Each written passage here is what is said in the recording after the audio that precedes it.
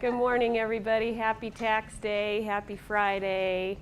I am happy to be here because we have some new and not so new legislation that we have to comply with that you as landlords and property owners need to know about. So that's what I'm going to be talking about today, and hopefully be able to show you a couple of different changes in procedures that we're asking of landlords and property owners, managers.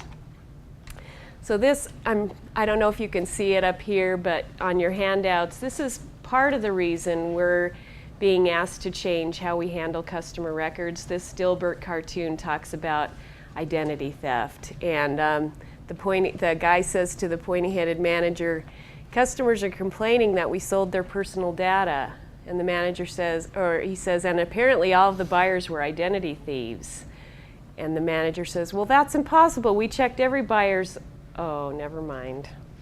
Anyway, so the first thing that we're required to comply with, the first law, is the Colorado Open Records Act. And even though it's the Open Records Act, what it really does for utilities is restricts what we can share in terms of customer records with anybody other than the customer, basically. So the restricted records under the Open Records Act are the customer's name, their address, their account number, telephone number, email address, and any personal financial information, which includes their utility bills, their energy and water usage, how much they owe us, when they owe us, all of those things.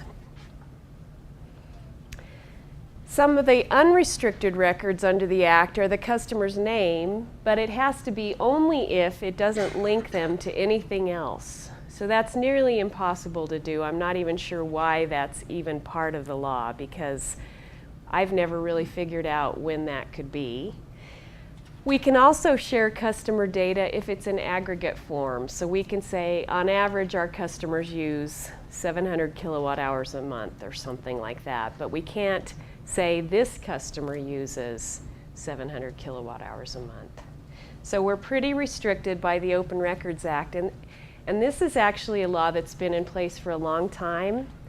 We haven't been as in compliance as our legal department would like us to be, and in the last couple years we've really had to tighten our procedures and processes to get in compliance with this act. There are a couple of, yes. So the question is, there's a tenant who would like to know the average cost of the utilities in a particular unit or renting a particular unit. We can give you a ballpark, sort of, for that type of unit.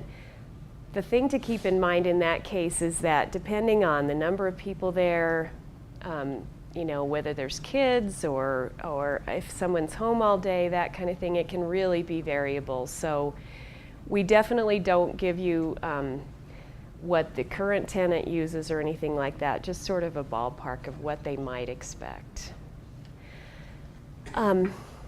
There are a couple of exceptions to the Open Records Act that the city has carved out, partially because of the city laws, like the lien ordinance.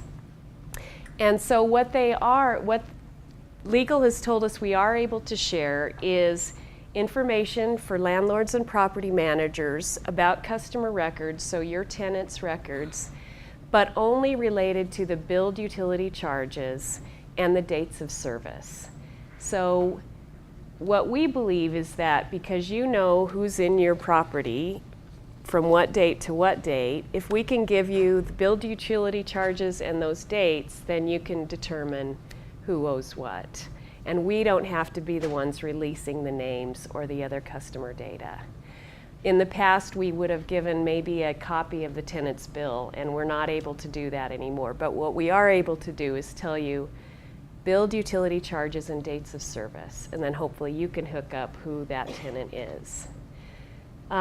We can also give lienable amounts from unpaid utility bills and dates of service to property owners if they're selling. Obviously, again, this is an issue because of the lien ordinance. They are responsible for unpaid utility bills when they sell a property. Another, yes. The question that's asked is this a federal guideline or municipal? The Colorado Open Records Act is actually a state law. The one I'm about to talk about is a new federal law. Yes. So property owners can call utilities and find out lienable amounts on their properties. That is true. We actually have a new form that we can send you, and what it'll say is the address of the property, and then by dates of service, what lienable amounts are there. So you can determine, who might have been there during those dates and then what amounts are owed. Do lienable amounts only apply to water? No, lienable amounts are all unpaid utility charges. And that part is a city ordinance. The lien ordinance is a city ordinance. So it gets kind of confusing, but. So the next law that's come into play for us in the past couple of years is a federal law. It's part of the Fair and Accurate Credit Transactions Act of 2003. They added some rules called the Red Flags Rules in 2007, and those rules apply to utilities or any other creditors, and they specifically define who creditors are.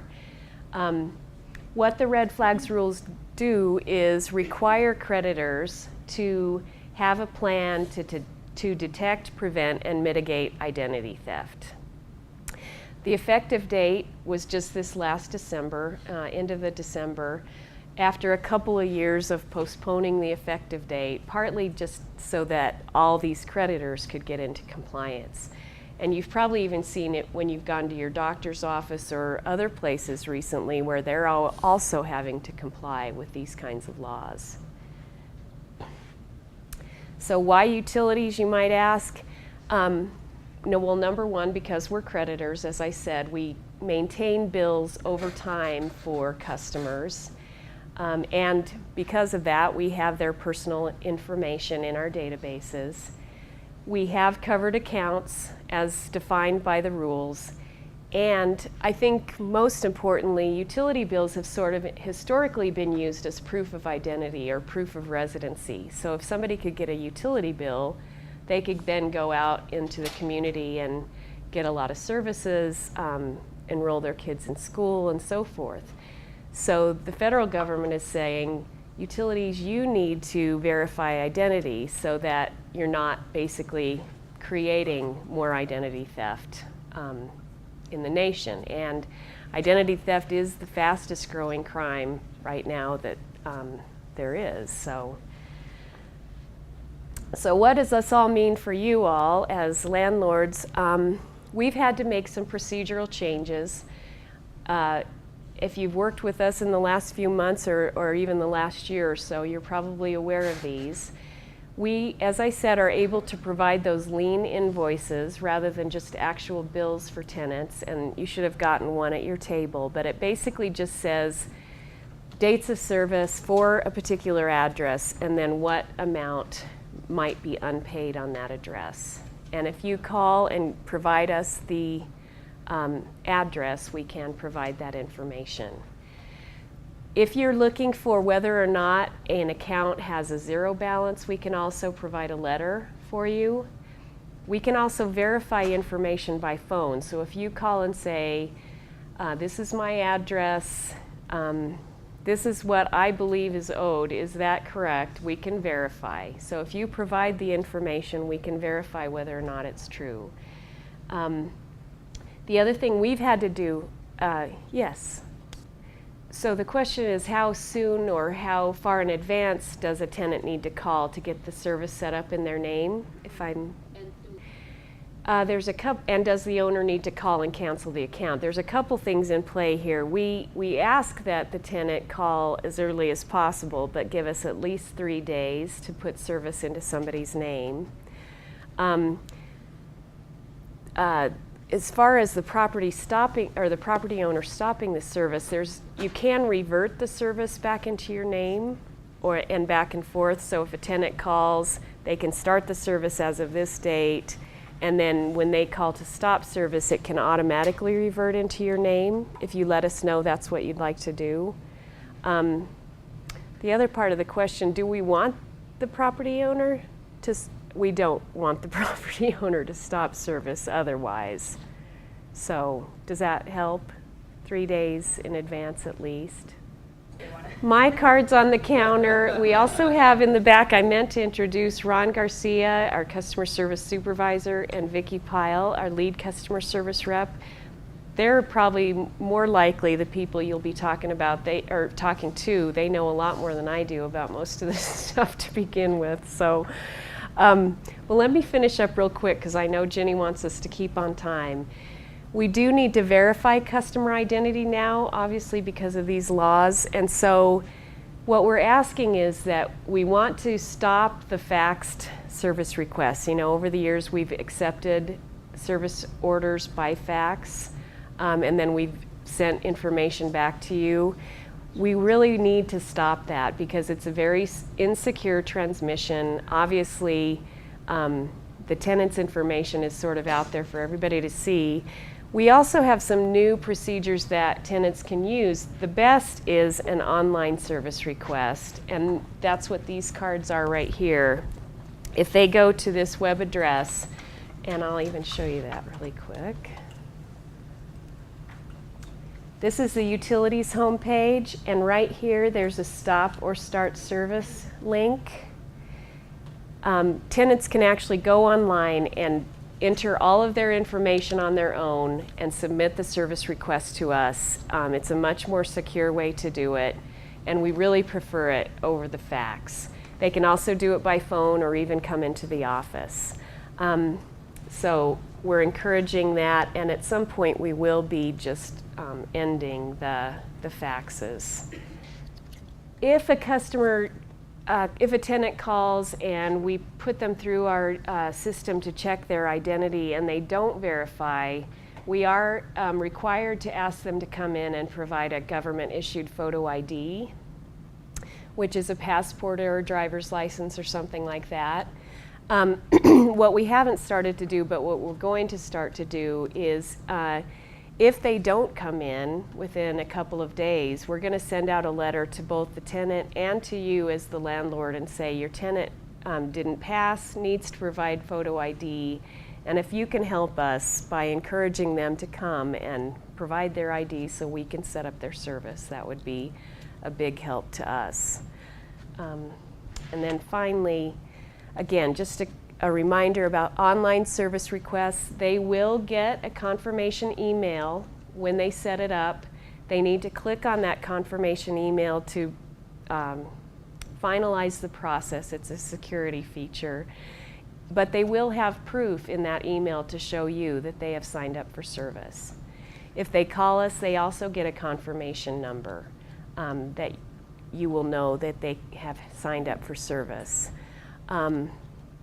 So anyway, other questions? I know I'm running late already, but yes.